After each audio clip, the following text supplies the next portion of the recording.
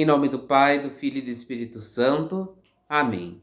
Meus caros irmãos e irmãs, eu sou o catequista Pedro. Tema de hoje, infalibilidade. Vixe, então cadê o Cebolinha, gente, com os planos? Fiquem tranquilos que a gente não vai falar dos planos infalíveis do Cebolinha. Nós vamos falar sobre infalibilidade papal. O ponto da infalibilidade papal que a gente vai trabalhar nesse vídeo é que muita gente trata o Papa como uma pessoa perfeita, uma pessoa que não tivesse pecado, que não erra. Nesse vídeo, então, a gente vai entender o que realmente a gente quer dizer com infalibilidade papal, quando ela acontece e também quando ela não acontece. Então, sem enrolação, para a gente não prolongar o nosso vídeo, vamos lá.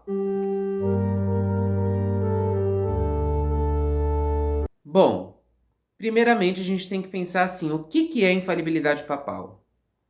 Ele é um dogma da Igreja Católica que foi definido lá nos anos de 1869 e 1870, durante o Concílio Vaticano I. O objetivo desse dogma era proteger a Igreja de erros doutrinários definitivos, ou seja, ele trabalha bastante com a questão do magistério da Igreja. Inclusive, eu recomendo vocês verem o vídeo dos 3 pilares para complementar a explicação de hoje. Link está na descrição, tá bom? Só que a gente tem que pensar assim, a infalibilidade papal ela está presente em definições definitivas da fé e moral católica. E ela surgiu lá em Mateus 16:18, quando Cristo, ao fundar a igreja, entrega uma autoridade especial a Pedro, que é ser o sumo pontífice da igreja, o primeiro papa. Só que a gente tem que pensar assim, a infalibilidade ela não vai vir no mesmo ponto de perfeição. Um exemplo, bom, agora que ele é papa, ele não pode mais pecar, ele não pode mais errar ao falar, não pode mais pronunciar uma palavra errada, que senão ele não presta, pode mandar embora. Não. Por isso que a gente não pode parar só aqui nessa explicação do que ela é. A gente tem que entender quando ela acontece e quando não acontece. Então, primeiramente, vamos ver aqui no slide, quando que ela acontece. O Código de Direito Canônico, no seu cânon de número 749, ele vai falar o seguinte: ela vai aparecer quando definições obrigatórias para toda a igreja. Aí não pode ser uma opinião pessoal do Papa. Um exemplo, se o Papa falar a cor mais bonita é azul, as pessoas não são obrigadas a concordar que a melhor cor do mundo é o azul. Agora, quando for um dogma da igreja, a gente tem que concordar sim, que vai entrar na questão que eu já expliquei, que eles são obrigatórios para nossa prática de fé. E o parágrafo 890, gente, o que ele vai falar? Cristo, ele quis preservar a sua igreja na verdade, ou seja, a infalibilidade papal vem com a intenção de proteger a verdade, por isso que vai complementar o que eu já falei, que ela trabalha com magistério. E também, pessoal, ele faz do Papa um pastor da igreja inteira. A gente tem que lembrar, João 21, 15 ao 17, Jesus fala, apacenta minhas ovelhas. E como eu expliquei, para ter infalibilidade papal, o assunto deve, não pode, deve ser fé e moral. Ou seja, tem que estar diretamente ligada com a nossa salvação. Exemplos: dogmas, os dogmas da maternidade divina e por aí vai. E isso entra como uma questão de infalibilidade quando é obrigatório para todos nós, ou seja, a gente deve aceitar querendo ou não. Essas declarações, pessoal, elas são chamadas de ex-cátedra, ou seja, da cadeira de Pedro. Lembrando que o Papa é o sucessor legítimo de Pedro. Sem esses pontos que eu citei, aí não é infalibilidade, que vai entrar aqui já no próximo slide, que vai falar de quando não há a infalibilidade. Porque, primeiro, parágrafo 892, temos a autoridade magisterial fora da infalibilidade.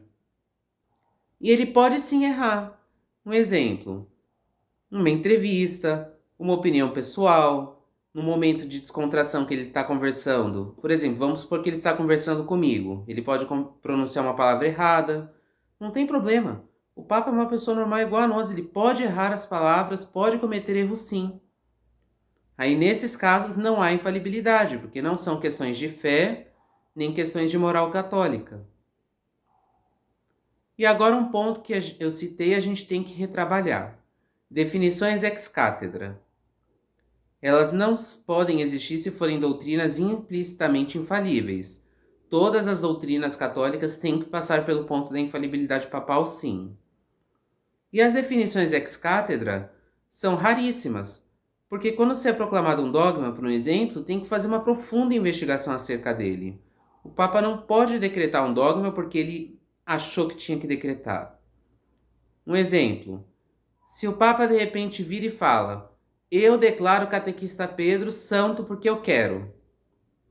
Ele não pode fazer isso, porque não houve investigação, ou seja, ele não pode decretar da cadeira dele que eu sou um santo só porque ele achou que eu não merecia ser santo.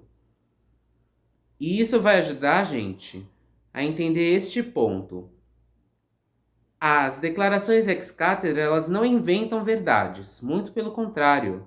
Elas declaram e definem oficialmente algo que já estava presente na tradição, que é o que a gente vai falar de reconhecimento oficial. Como eu já citei aqui os exemplos do dogma da Imaculada Conceição, a Assunção de Maria, união hipostática e por aí vai. Então a gente já entendeu onde tem, onde não tem infalibilidade, como ela funciona, o que são essas declarações ex cátedra. E agora um ponto. Por que falar em infalibilidade papal não quer dizer que o Papa não pode errar? Vamos tomar como exemplo Gálatas 2:11, onde o próprio Pedro, escutem, o próprio Pedro toma uma corretiva de São Paulo. Quer dizer, o Papa ele pode sim pecar, ele pode sim tropeçar na vida dele como cristão, porque como eu já falei, ele é uma pessoa humana igual a nós. Um próprio exemplo disso, Pedro.